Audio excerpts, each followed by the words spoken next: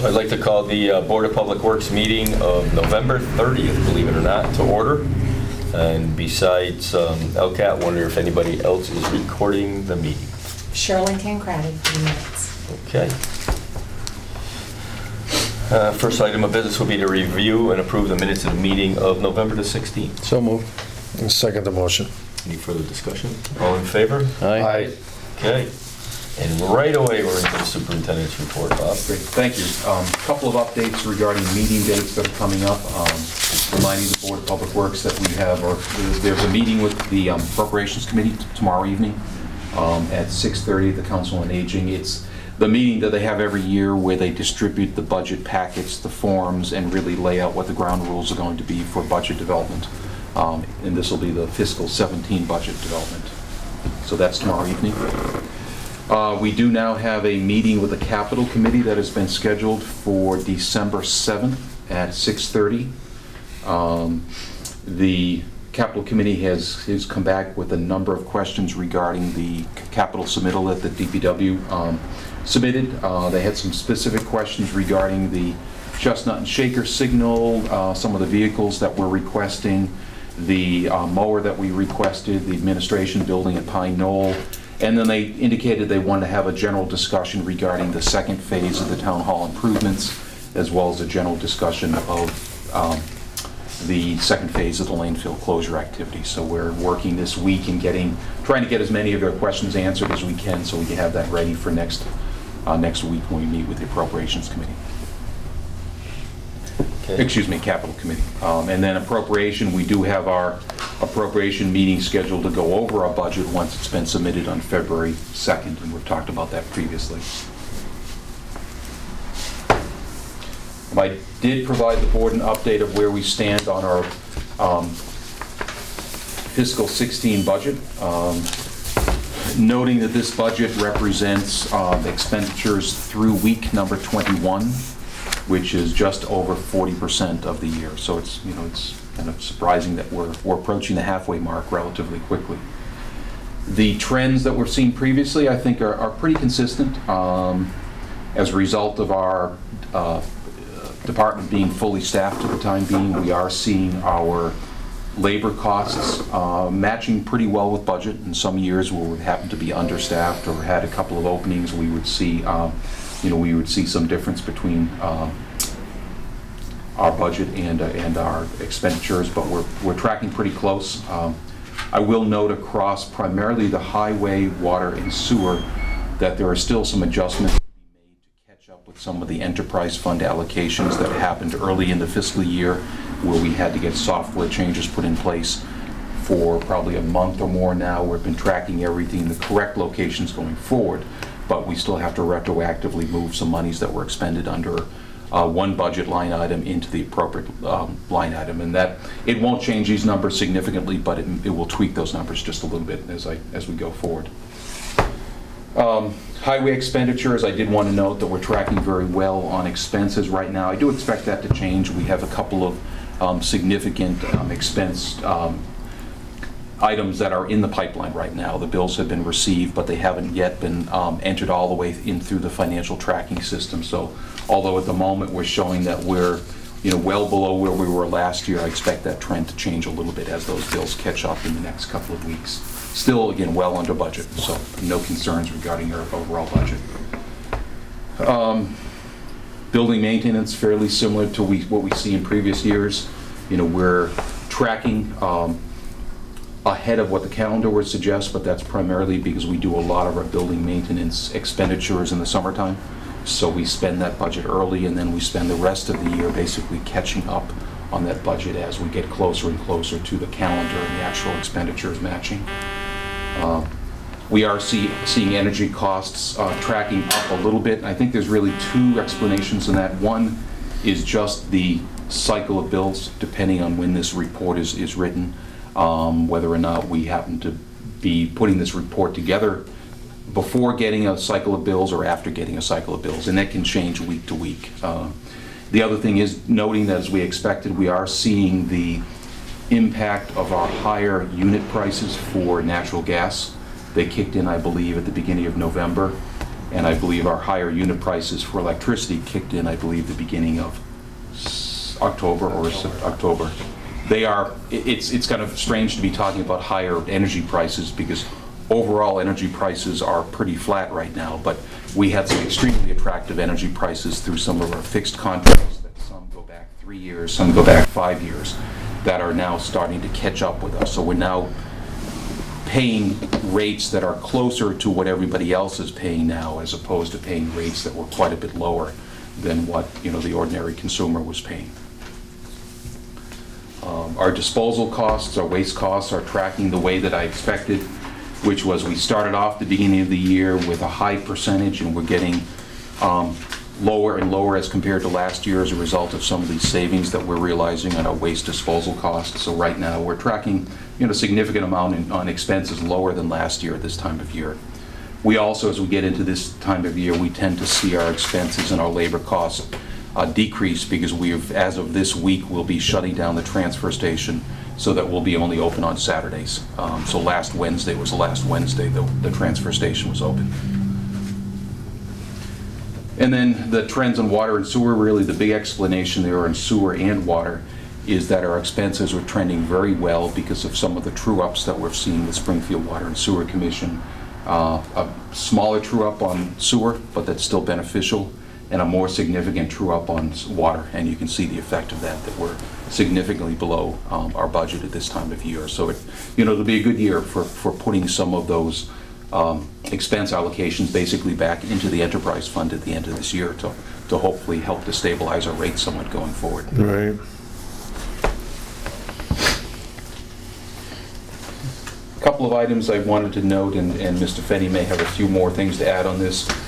We've been dealing with damage from a couple of vehicle accidents lately. We had an accident, a driver had an accident at the Chestnut and Prospect Street intersection last week. As a result of that, one of the Verizon utility poles right at the intersection was struck and damaged and had to be replaced. The impact to us is that the flashing lights that we have at that intersection were suspended from that utility pole. So we've had to go and bring Northrop Electric in to install longer wiring and longer span wires to go from the existing pole on one side of the street to the new pole that's been installed by Verizon. We are reaching out to our insurance company to then reach out to the insurance company of the driver that was responsible for that accident to recover any costs that we incur as a result of that. So our driver was not involved? We were not involved at all. These were all... okay. I thought yeah, this was something with our vehicle. We're dealing with the consequence of these accidents, but none of these accidents involved the DPW, other than our property was damaged during the I accident. thought it was one of our vehicles. Yeah, no. Okay. Good news is we have not had any accidents with vehicles that No. we need to speak about.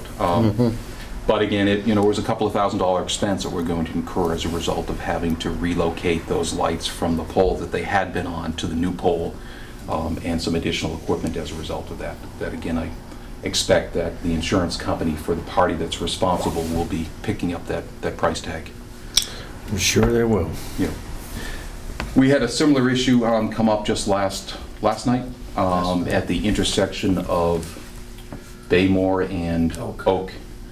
Driver was coming down Oak and went through the intersection and hit a hydrant on the opposite side of the intersection. So we were able to fortunately isolate the leak last night. The hydrant itself wasn't the source of the leak. It was the asbestos cement line that connected from the main line, basically the hydrant T line, that fractured as a result of the accident. So staff were out there today replacing essentially everything from the main line through to the hydrant today. Similar type of thing, we'll keep track of those costs, both for the time and for the equipment, and we expect that'll be reimbursed by the the insurance company. One thing that we're trying to do differently this year, and we've talked to the town accountant about this, is that traditionally what has happened is that when we incurred costs as a result of something that another party was responsible for, many times we would expend operating budget to fix something or repair something, and then when monies were received, they were put back into the general fund. In talking with the town accountant, if we're relatively certain that the expense will be reimbursed by an insurance settlement, we can actually allocate those expenses to an insurance line item and then have the revenue or the reimbursement come right back to that insurance Good. line item. So it should be budget neutral, Good. which is typically not the way that we've had to deal with it in the past. Especially like if that hydrant, those funds should go back to the water fund, right? Right. You know, and then like the other one should go back to the highway fund? It won't go back to, what it'll mean is that any cost that we incur Yeah. will get totaled and will go into the town's insurance line item. And then when there's a settlement to pay for those costs, that revenue will be put into that same line item, so that the two items will cancel each other out.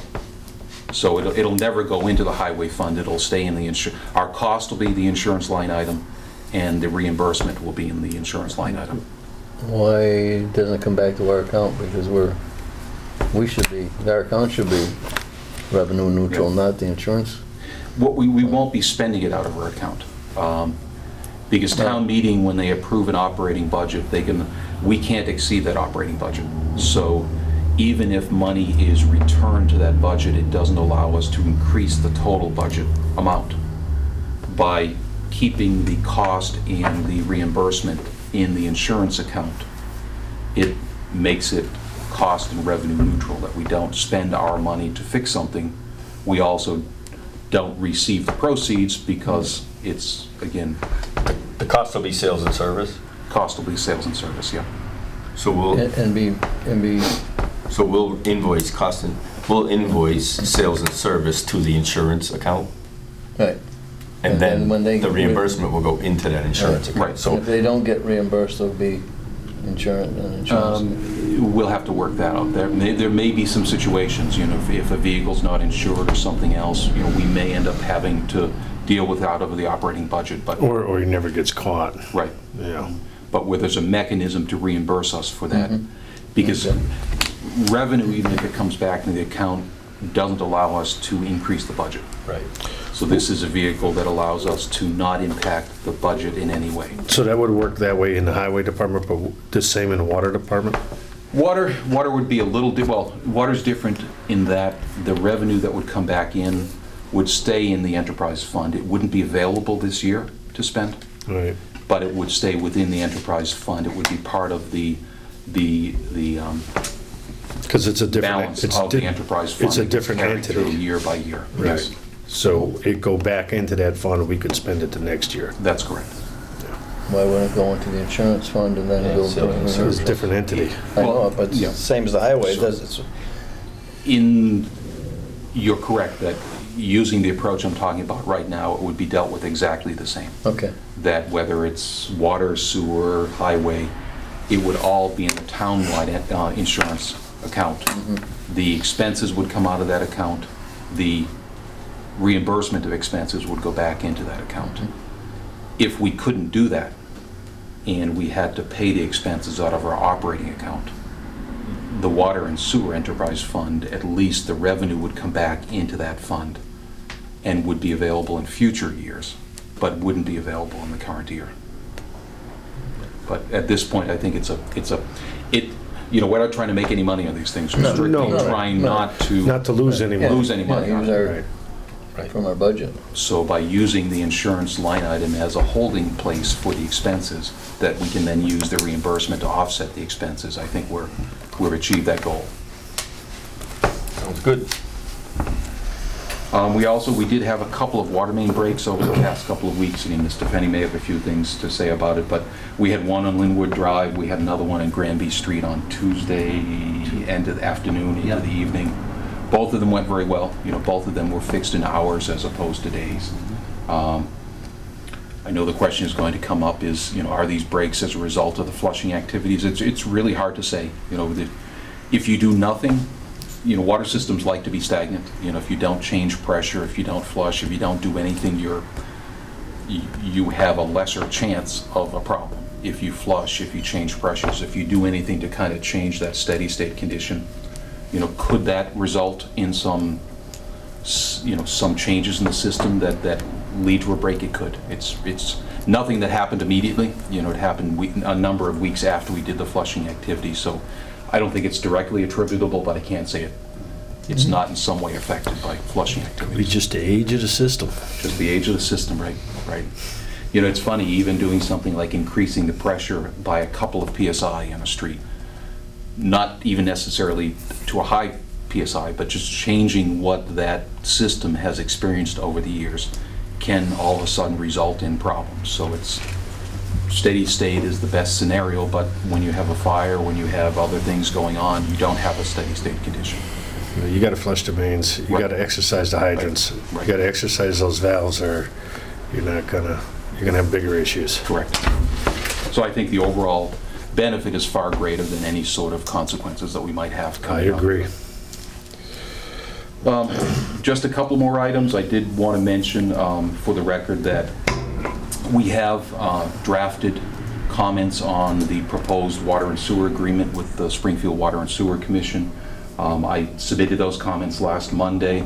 I've also provided a copy of those to the town council for review as well, and for any additional comments that he might have to add as we go forward. We are still planning to meet at this point on December 8th with all the other communities in Springfield Water and Sewer Commission, and you know, certainly if they have any specific questions regarding my comments, I indicated that I'm very willing to meet in advance of that meeting, but it wouldn't surprise me if that's the next contact that we have between the town and Springfield. December 8th. December 8th, correct. And there'll be pretty much every community that's getting water from it. Typically, that's the way they do it, is they have everybody in one room at one time, so everyone's hearing the same thing. Two other items, I did want to note that we finished up our fall crack sealing last week. We ended up doing a bit more than we expected. We crack sealed about 4 miles of roadway. That means over the last year and a half that we've crack sealed about 10% of the town roads, about 10 miles of roadways. The reason we went a little bit further is that by design, some of the streets that we picked were streets that were relatively newly rehabilitated, but we wanted to keep them in good condition. So there were portions of Chestnut Street, for instance, that only had a relatively small frequency of cracks, so therefore the cost to crack seal was lower, that we included to keep Chestnut Street in good condition. Whereas there are some other streets that required a lot more product and the cost per foot was higher in those streets. But it ultimately meant that we went a little bit further. We were thinking we'd get about 3 miles done. We got about 4 miles of street done. Excellent. And the last item I did want to note is that we have posted a position titled the Highway and Utility Manager actually we posted it online on Mass Live. We have posted it online with the New England chapter of the American Public Works Association, which is really the trade organization that most public work professionals work within. And we've also published in the paper in the Republican over the weekend on Sunday.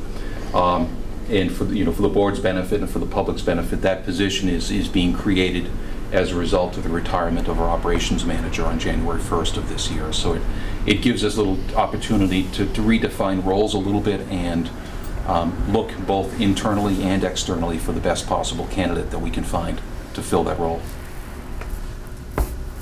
Did we post it here? We haven't posted it here.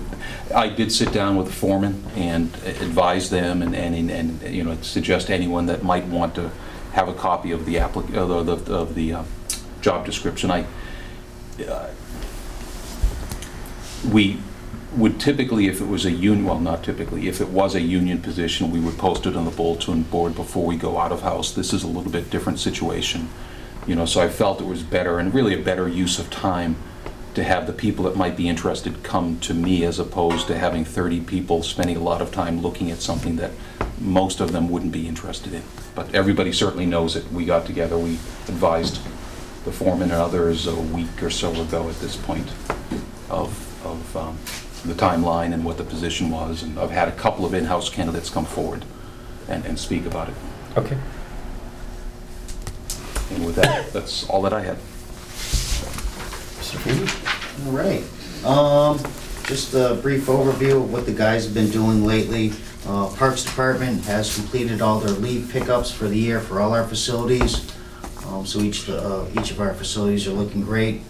Actually, Tom Anderson is actually going back around now, doing tree limb removals and things of that nature. why there's no leaves on the tree. It makes it a little bit easier to trim bushes and take down some of those broken limbs that you actually can see now. He's also been working on removing all the nets for the field, soccer goal nets, tennis court nets, and have put those items away or have stored up into their locations, bringing all the benches, field bases for all the baseball fields. So we're pretty much winterized and things are put away for the winter season. He is currently working on winterizing all the lawnmowers, changing oil, sharpening blades, and just cleaning the pieces of equipment off, greasing bearings, and things like that, and getting together a list for the mechanics to go through when they have time this winter. We continue to do catch basin repairs, asphalt patching, potholes. We did get a date today that Palmer will be closing their plants on December 18th. So we're gonna try to be real aggressive on getting out there, hitting our main side streets with any potholes that are still out there. We'll probably be breaking up into 2 crews so we can attack the town aggressively in the next couple of weeks. The wall construction Parker Street sidewalk is ongoing. They're probably about halfway through with the wall construction. They did put in the drainage. They got the wall going on. We're gonna hopefully, if the weather holds, I know it's supposed to rain a little bit tomorrow, Wednesday, is to try to get the granite in so we can get that that remaining sidewalk poured before the ground freezes and get that one driveway paved before the end of the season. Vehicle update, all sanders have been installed, fully functioning in all our trucks. So we're ready for winter to get here, if it should. So all the sanders are working. We kind of did a dry run last Wednesday. We had all the guys come in, hitch up their plows, make a list of repairs or anything that is needed. There's probably about 3 or 4 plows that actually need a little bit of extensive work, but nothing we can't handle in the next week or so. So the fleet's looking good, and we're ready for winter. Truck 19, we finally got out to Mike Cincinnati last Monday, so we're hoping to get that back the end of this week, early next week, with the body coating that is going to be applied to get that truck a little more life expectancy to it. High school tennis courts. Last week we had Musco come out, install the control link system, and also with that came a 10-year warranty for those lights. This will cover any and all costs related to that lighting system for the next 10 years. And it also includes a relamping of all those lights after about 5,000 hours. So we got a little warranty and a little life out of those lights for the near future anyways. One of the features of that too is we now have online access to both the stadium lights as well as the tennis courts lights in terms of, you know, the time of day settings and things like that. So at one point it was just the school department that had access to that. Now DPW has access to that as well. So we actually can, manipulate the schedule, or we can actually get real-time data as far as kilowatt hours used and everything else off the system. So you can turn them on, turn them off? Yeah, from your iPhone or iPad. So Right. it's a pretty nice system. And have settings, for instance, like the tennis courts that have a manual timer, but you can then override the timer to say the timer only works before 10 o'clock at night and, you know, after 6 o'clock at night or something like that. So at some point you can force everything to go completely dark, so there's no chance of lights being left on and continuing to burn through the evening.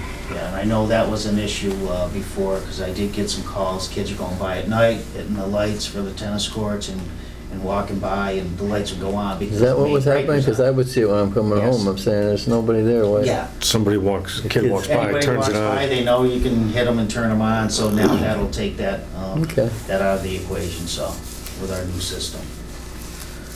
Town hall renovations, we started the town hall renovations. Demolition is going great. We got a good plan in place as far as the plumbing and everything else. We gotta move toilets around. We have one of the ladies' room, floors jackhammered out. The plumber is moving the waste lines around in a couple areas. So things are going well. We do have a little asbestos abatement, which I'm waiting for the schedule. The 8x8 VCT tile on the floor needs to be removed, along with some ceiling tiles in the bathrooms. Nothing that was unexpected, so that'll be scheduled hopefully the end of this week, early next week, to keep the schedule moving. Town Hall distribution panel upgrades. We did finally receive our last panel today. I reached out to Bill over at Goodless Electric to see when we can get started on retrofitting our panels. I'm hopeful to get started next week. It's going to be an after-hours job or on weekends for the retrofit. Planning probably about 5 days total for the retrofit. So looking forward to getting that done. COA generator, we did receive the transfer switch today. So our electrician will be starting the installation of the transfer switch, piping, and all that related equipment for the generator. I'm expecting the generator hopefully in the next 2 to 3 weeks to get delivered, so we can get that project wrapped up before it gets too cold outside, especially pulling wires outside. Makes life a little more difficult when you're pulling that big wire through that conduit when it's cold out. Other than that, that's all I have. Awesome. What are you doing in your spare time? Oh, It's a lot of good stuff. It's awesome. I'm doing a lot. Other business? Anything else? Catch basin leads and stuff, you said that they're working those? Catch basin repairs, this is How actually... about leaves, like when they get clogged up? Are we counting on the neighbors to do that, or? We haven't gotten our eyes on every catch basin. It's something we're gonna obviously have to look at. I know there's some EPA, I believe, regulations coming up where we're gonna have to do so many cleanings per year. We do identify as the guys go out and do certain things. We are putting our eyes on the catch basins. We actually did Mountain View School last week because we had some other roof drain issues, and kind of led us down the road and noticed that a lot of the catch basins over at Mountain View needed to be cleaned. So we went through, cleaned the catch basins and backed them out. So we do get residents calling for catch basin cleaning, so we actually don't have an inspection plan in place, but as we do the repairs, our guys are getting out there looking and see what needs to be done, so. Oftentimes, if we have a predicted major rainstorm, an inch or two of rainfall Yeah. predicted at that point, we'll send the guys out to inspect basins in advance of the rainfall to make certain we don't have any flooding problems. The next couple days ain't gonna be a whole lot of rain.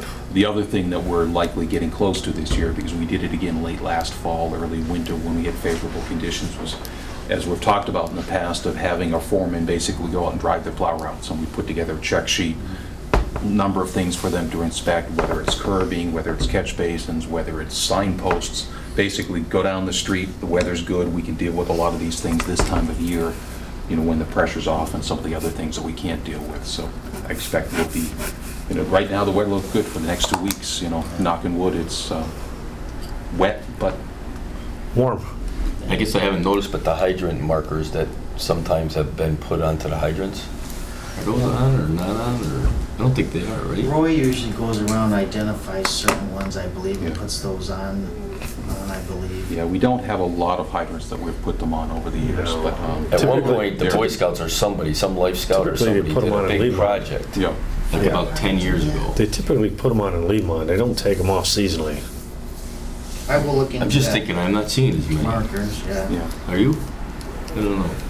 But I'm just wondering, if we start getting the big snow. I think Basically, I'm- just in intersections where they have a tendency to pile it, is that they usually Yeah. put them on there, That's- so. But at one point, the fire department went around with a group and us, and we put those orange, they were orange rebar with a Yeah. round circle on a bunch of them. Yeah. I think those are pretty much gone, whether residents took them off or, I don't know if we take them off or not, it's Yeah, a no, we good don't. question. Yeah, we don't take them I'll off. have to, Yeah, I'll take they it. stay on, but I'll They may have follow up. received a grant or something to do that, or Yeah, we got a to few more buy last for the year. materials. But yeah, we do have a few like, And then the other thing that we did do one year was in the center of the drive lane. So as the tires didn't wear them off, we put H's. We Oh. painted an H, Yeah. not in either tire lane, but right between the tire lanes on the side of the road that matched the hydrant. I Okay. just don't know, I mean, I Sure. don't, the weather's cooperating, I Right. don't know if there's things that are smart to do, you know, in some cases where if we do get enough snow in February or January. You know what's good is our collector system. We've been using that a lot lately, even last year, I believe on Knollwood, with that collector app. So we have the GPS marking of most of them, you I can mean, find them. within a foot or two, in a snowbank, we used that actually last year without any Perfect then. any issues, concerns, without They doing that. reinvented the wheel. There you go. And the So- fire department has access as well now, so Okay. everybody has it right on their All phone. right, They can good. go up there and, Then that's history. Yeah. Since we're talking about hydrants, what about painting them? We used to have summer kids paint them. I know one from my house is terrible. I was gonna paint it myself because it looks really bad. Encourage that. But I don't know, I've towns seen- used to I've have a contest where they paint them and do different designs and everything else. Yeah. I Yeah, seen a but- beige one with some blue trim. Is that what you want? Huh? Somebody on my street painted one beige with blue trim. Is that what you're looking for? Sure. Match your No, house. but I remember we used to have About summer 20 kids. years ago, there was a Yeah, big fight, are they supposed to be red or yellow? I remember Right. that. that's when they changed the. Red, yellow, or fluorescent green? There was a big debate about red and white, yellow and white, or that fluorescent green yellow. But I thought the barrel could be red or yellow. Typically, I think this town has adopted yellow for what we own, red for what's privately owned. And I'm not sure if we have this standard, but some of the tops are painted silver, some of the tops are painted white, and that tells you how much pressure's in a line. you know, we don't have, there are some communities that will have either rings on the hydrants, Yeah. right on the nozzle itself. That'll be, it's a red ring for X number of gallons per minute. Right, You know, to right. give the fire department some sense right there on the spot. Right. But our standard is a white and Yellow. yellow hydrant. But Right. it's certainly, there are a lot of them needed. Is it a special color, or is it special paint, or is it just anything? Or is it- Metal paint or There's a something. special particular color that we Yeah. prefer to have them painted by. Beyond that, I don't know. So it certainly could be done through the senior assistance program. So this could be a project into next just- summer yeah. and just. Yeah. Eagle put it on- Scout put it on the project, radar. something. Yeah. Just based on temperature outside, obviously. or Well, yeah, we're things past, sit we're- outside. Yeah, no, for we've next we've summer, lost it'll that, be we've a lost that project. window, Yeah. but Right. Lately, we've put most of our summer staff, you know, busy taking care of fields, given all the pressures we've gotten. But it does mean some other things like this don't get done if we've done that in the past. I mean, does the fire department want them color-coded? So they don't even know what they're jumping on, or they pretty much know what is the high spots and the low Usually know, as spots? soon as they get out there, you hear them on the radio telling you where the hydrant is and everything High else. All pressure, the low information they pressure, need yeah. to go along with that, usually what I hear. We've talked, the town's insurance rating actually can get improved by flow testing your hydrants Okay, on a regular basis, and the chief and I have talked about sharing staff and maybe have a fireman and one of our guys team up. we were doing that a while ago, weren't we? We didn't end up happening this summer. He thought as a result of, once they had additional staff on board, when they beefed up their department this summer, but it's something we need to do, because the reality is we've changed a lot of remains over the years, and we've removed a lot of the bottlenecks, so I think a lot of areas where they had historical information regarding available fire flows were likely better, and significantly better in some cases.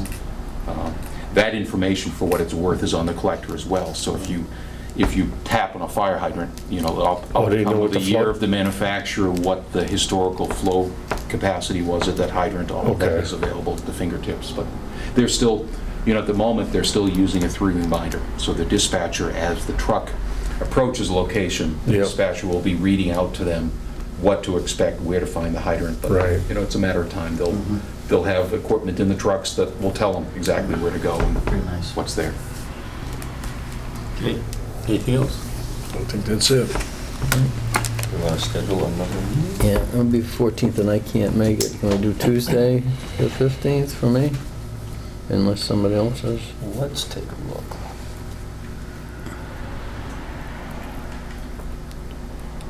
You're saying Tuesday the 15th? Yeah. Works for me.